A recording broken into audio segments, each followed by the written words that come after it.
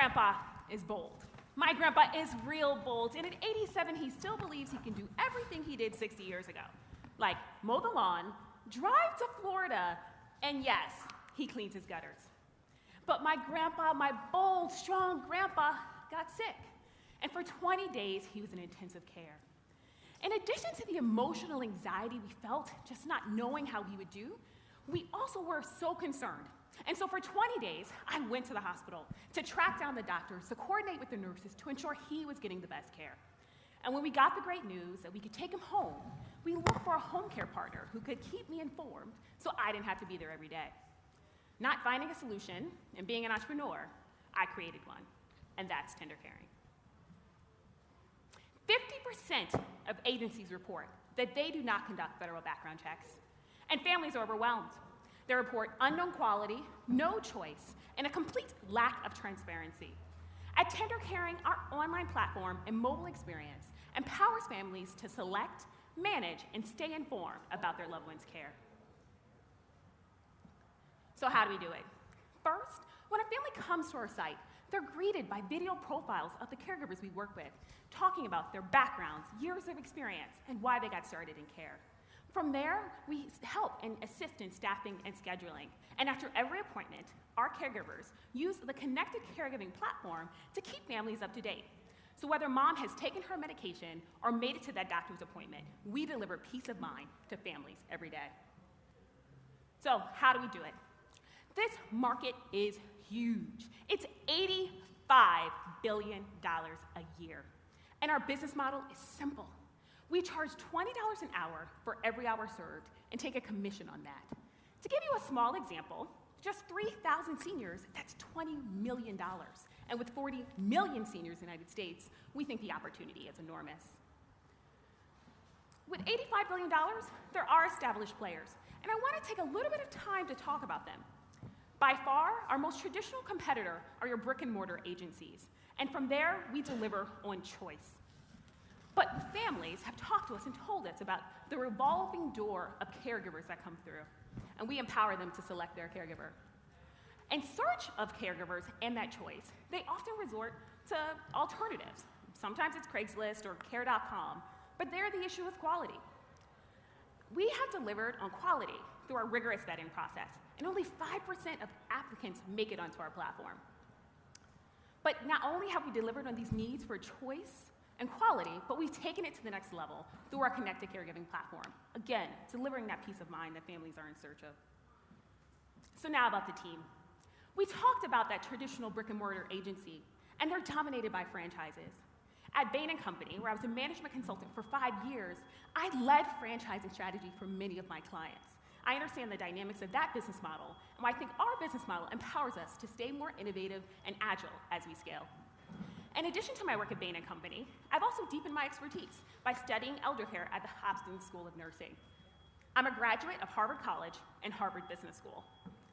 Our team brings 3 critical factors that enable our business model.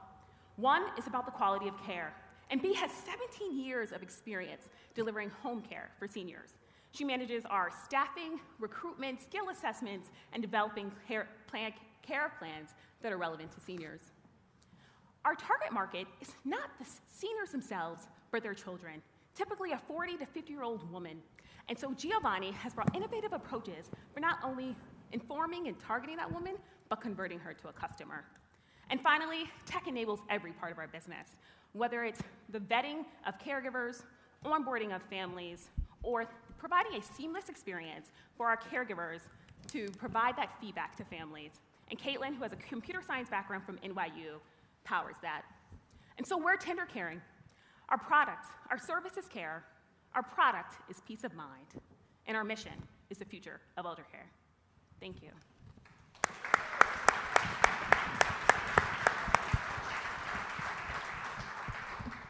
So where is the business right now? You're launched, you have customers, how many? Yeah, so we are launched, and we launched in the last month. And so we do have customers, we do have revenue, but it's still small. And what customer acquisition strategies are you using at the moment? Yeah, so there are kind of 2 critical factors. So there are traditional lead providers, and we're working with them. We also have a partnership with an assisted living facility in New York, and that's also been a source.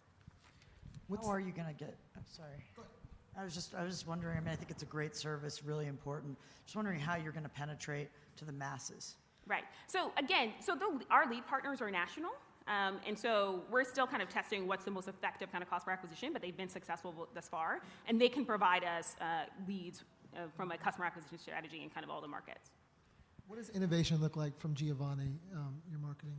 So it's about using platforms for where these women are. And so if you think about 40, 50-year-old women, they actually are on Pinterest, but it's about providing relevant content. So we have things like infographics on fall prevention, which if you look in this market, it's like the same 5 articles on a dowdy site. If a woman sees an infographic on fall prevention, that's innovative, right? They want to know a company that's doing that. And so that's just one example that we've used to kind of inform customers and stand out from the crowd.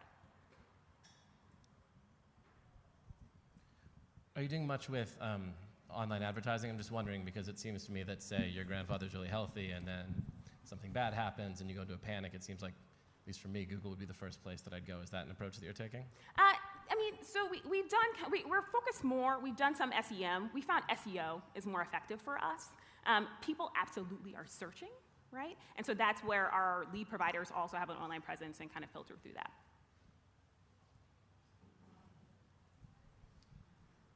I'm just thinking about insurance, and you know, a lot of people, in fact, I think the most popular form of insurance is long-term care. Mm-hmm. So how do you, I mean, that's already built in. So how do you deal with those customers, or how do you acquire those customers, or can you even? They've already bought a long-term care program. Right, so this is traditionally private pay, so our focus at this moment is kind of non-medical home care. So the majority of people are paying out of pocket. Some people do have long-term care insurance, and we can process that, but that's kind of more of an enabler to our business. I really like the standardized pricing model, actually. Thank quite you. a bit. That's appealing. What about acquiring caregivers? Has that been fairly straightforward strategies? Yeah, no. So absolutely. And in our market, there's two key things. One, we really like referrals from our current provider, our current caregivers, and so that's been kind of our most proven source of quality. But again, we haven't had a challenge. We have hundreds of people in our kind of database. In terms of who we empower to provide, that's rigorous, right? And so the sourcing of getting them has not been a challenge. It's all around kind of that vetting process to make sure that they're providing the quality of care that we expect. And when you find the caregivers, isn't there a risk that once they start referring outside of you guys and you lose the referrals because they're interacting on a one-on-one and then find out from somebody else? I mean, how do you make sure that they don't go around you and you don't lose money? No, absolutely. So the risk of disintermediation can exist in this market, right? One of the things, as we talked about, we're really rigorous on quality, and we actually pay our caregivers well. So our caregivers are well compensated. From a family standpoint, you can go kind of the Craigslist route, but there's so much anxiety around the coordination, and we have things like insurance coverage, so for any kind of liability, that's not a concern using our platform, and in addition to that, we have backup services, right? So we are your partner in care for your family, and so we haven't seen as much disintermediation. Do you have advisors? Not yet, not formal advisors. And then where are you in terms of funding? I'm just curious. So we're bootstrapped for now. I did work at Bain & Company for a while, and I'm frankly just cheap as hell.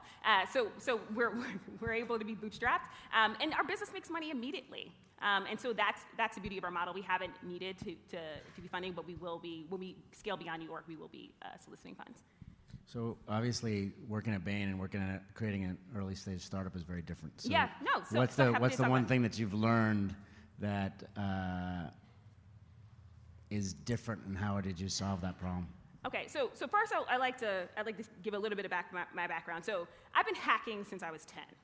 And when I give the example is that, so my dad had a business, and ultimately it failed. My parents got divorced. We didn't have much money.